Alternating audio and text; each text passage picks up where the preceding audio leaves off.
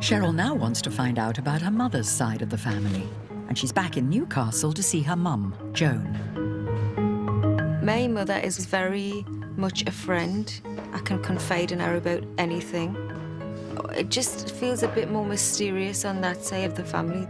I never heard stories, I never heard tales. I think she had a lot of questions herself when I was growing up. Hello. Hello. You all right? Yeah. Joan was born in Newcastle. Her parents were Joseph and Olga Callahan. Olga was born in 1932 and grew up with her twin sister, Renee. But Joan's always had questions about the rest of her mother's family.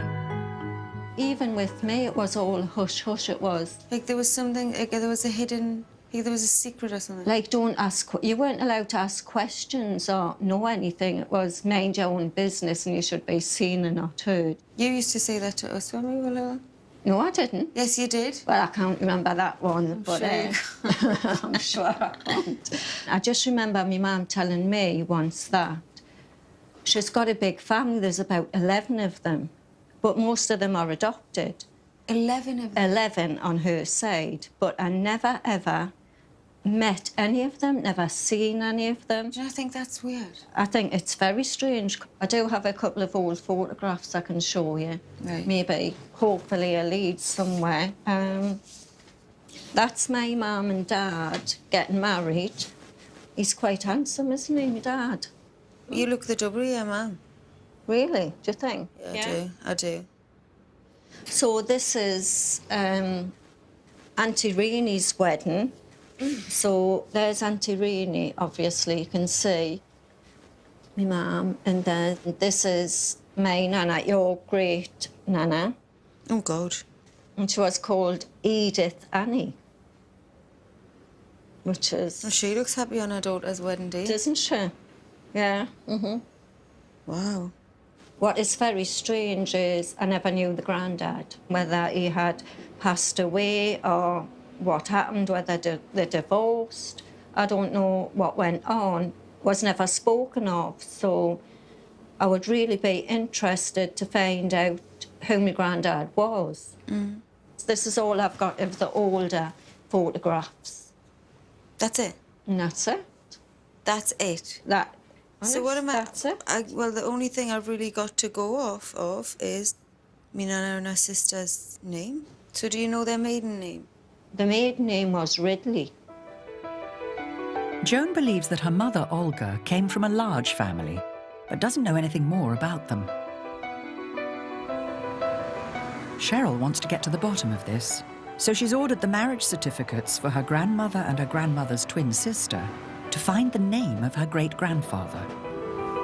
Okay, so here we've got certificate for me nana in 1954. Father's name and surname, Joseph Ridley, deceased. So Renee's marriage was in 52, and he was deceased by then. Joseph Wilson Ridley.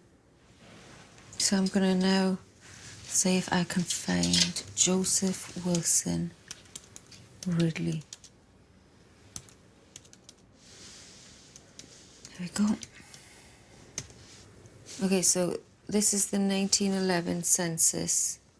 Name and surname, Joseph Wilson Ridley, head of the family. Age, 29. So his occupation was a grocery warehouseman. Oh, so he worked at the co-op. Okay. Mary Ann Ridley. Wife. My mum said that her name was Edith Annie. So something's off here. Something's off here. Cheryl's discovered that her great-grandfather was called Joseph Wilson Ridley. He lived in County Durham, not far from Newcastle. She's also found out that in 1911, he had a wife called Mary Ann, and they had 3 children together. Cheryl's not sure how her great-grandmother, Edith Annie, fits in. She's also found Joseph in Army Service records online. Name, Ridley Joseph Wilson. Regiment, Durham, LI. Your service reckons from the 15th to the 12th, 1914. Place, France.